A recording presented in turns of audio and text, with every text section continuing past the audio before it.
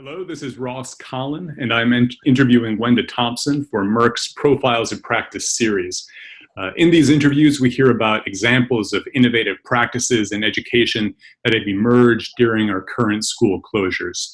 So Wenda, can you please introduce yourself, where you teach, what you teach, and how long you've been teaching? Absolutely. My name is Wenda Thompson, and I'm an English teacher at John Marshall High School in Richmond, Virginia. And this is my 8th year in education, going on to 9th since the school year's almost wrapped up. But this has been an experience. How would you describe your school, where you teach? John Marshall is the joy and pride of Northside.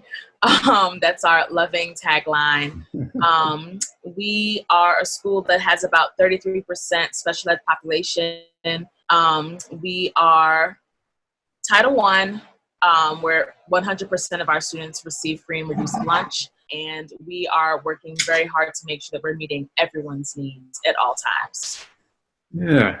Now, can you tell me about a specific teaching approach that you've used during school closures to engage students?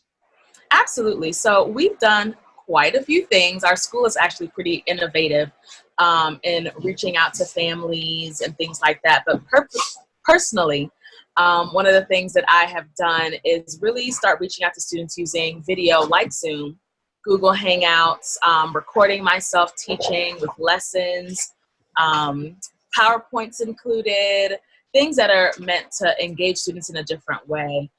We've really been using the Google Classroom to engage students, to communicate with them, to give them lessons, instructions, as well as get some of their feedback and their responses so they can check on things by themselves. All right. And how did this work? And what are some maybe challenges to this approach, and how did you figure out ways through those challenges? What can you tell us about using technology in that way? Well, we had been lucky that we've been using Google Classroom since about October. And so it has shifted our platform from most teaching in the classroom, interacting with students, to 100% online. And it really became challenging when everyone did not have access to that technology. That in particular was really difficult for the babies. They were like, I want to do the work, but I can't do the work. Yeah. And sometimes that was really touching to me, because not everyone was as engaged during the school year, but these times have shifted some of those mindsets for the kids as well as for the teachers. It's been really interesting to see students who had not been engaging as much during the school year to really step it up a notch and really start to engage once the district provided them with Chromebooks and hotspots and the technology to do the work. Really? So that wasn't just, one or two kids. You saw several kids who maybe face-to-face weren't as engaged, but there was something about distance learning and technology, or just the circumstances we were in, that drew them in. Do you have ideas of why that was for different students? That this way of learning drew them in more than traditional schooling? It might have something to do with how their lives in general have changed. I know that some of our students do work and have a lot of responsibilities outside of school, whether that be with siblings and things like that. And sometimes I will tell you that students will come to class and sleep. It didn't matter what I did. Yeah. I will wake you up. I will call home. I will say, hey, let's get you a snack. All of those things necessarily didn't always work, but I think having the flexibility to do some of those things at their own homes, at their own time, kind of help them engage with that. What would you say for a teacher, let's say, who hasn't used any of those technologies you mentioned, would be a good platform or technology to begin with for the teacher, and that seems to have an opportunity for engaging students? For those teachers who might not have had their district do a whole-scale rollout on technology and things like that, I would say start with what you can do. utilizing a cell phone can go really far, as far as recording yourself, giving notes and instructions and things like that. And social media really has been a huge engagement. How have you used that? And are you talking about Instagram, or is that even way too old for students now? Kids love Instagram. Okay, they're still on it. Okay. How did you use Instagram specifically with kids? Just to connect, or were you even doing some kind of instruction through Instagram? You can do a little bit of everything on Instagram. Instagram Live has been amazing. You can do live lessons with kids. Our PE teacher has even done home workouts through Instagram Live, and then your story to engage them. Say, hey, everybody, I'm having a Zoom meeting if you want to click on.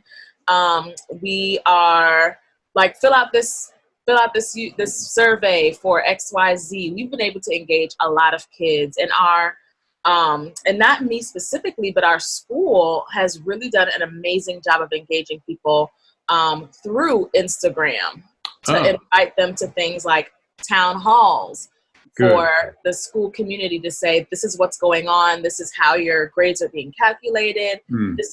We had the lieutenant governor, a lot of people to contribute to those conversations to keep everyone informed.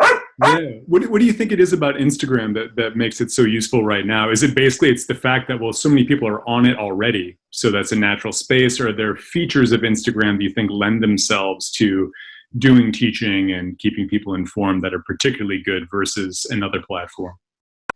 I don't think Instagram makes any one better than another, because a lot of the social media platforms are borrowing from each other right now. Facebook has a live feature, has some of those different things, but not as many students are on Facebook. A lot of them are already on Instagram, and that's been a huge platform to engage them with. They record a TikTok and then post it on their story, and they do whatever that they really like to do already, and then we use the hashtag JM224 to tag back to John Marshall. Okay, and using hashtags, right, as a way of linking things together. So it sounds like, if someone watches this video in a year or 2 years, by then I'm sure there will be 20 social media platforms beyond Instagram. But if the lesson is, look, ask yourself, where are kids and families right now online? Find a way to get there if you can, and try to use those features. That seems like a pretty important point. It's been super awesome. We've been able to reach out to a lot of families and actually get their feedback. We've been doing JM Bingo. What are the things that you've done? And this or that. The administrators of our social media platform are really taking this thing out of the ballpark.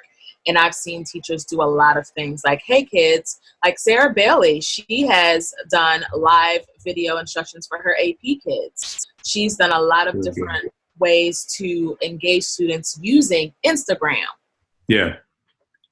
That's great to hear. And I think that says a lot about what we can do and what the possibilities are.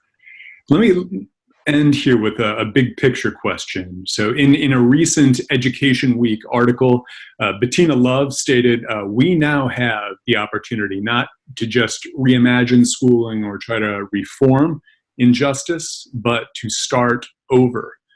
Could you take a minute and just reflect on that statement? And in thinking about your approach to distance learning, do you have any additional ideas about how schools should start over, or even if starting over is the right way to think about it?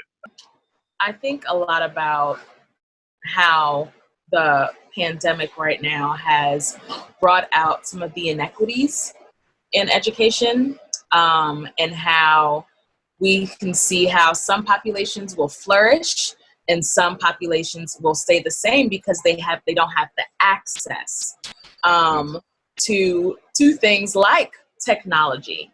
And I think Richmond Public Schools has done a fantastic job of trying to reduce that inequity. It's also showing that students, if they have the opportunity with the technology component, that a lot of them will do more than we thought that they would. Yes. I think this is the chance to take some of those antiquated policies and things and perceptions that we've had of teachers and the profession in general, toss them out and start over fresh about thinking about how do we engage students? How do we really reach them where they are and move forward ahead as a profession in general? Wenda Thompson, thank you for your time to talk with us and to share what you know with other teachers, with parents, and with our broader community. Thank you very much. Thank you.